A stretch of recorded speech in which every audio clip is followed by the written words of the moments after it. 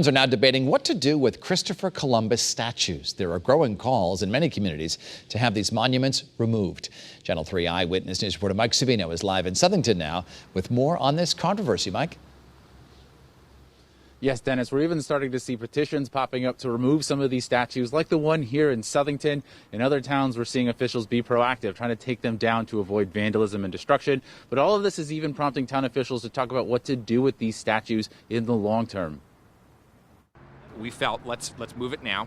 With construction at Harbor Park this summer, Middletown was always going to have to move its Christopher Columbus statue. But with protests targeting statues here in Connecticut and nationwide, Ben Florsheim decided to move it now. And it's possible that Columbus statue could ultimately end up somewhere else. Whether it is on display on private property or put in a museum somewhere or something else, I think that there's a lot of options. Such monuments have become part of the conversation on race after George Floyd was killed May 25th by a Minneapolis police officer. Critics object to Columbus and his crew killing and enslaving indigenous people. A petition to remove Southington's Columbus statue says Christopher Columbus was a cruel man who committed countless crimes against indigenous peoples. He enslaved the native people of the West Indies and was a brutal ruler.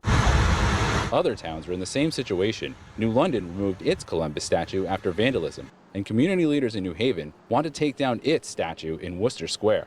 But some people think that the move amounts to erasing history. Let's go around taking down every statue in the world now because it offends somebody. It's history.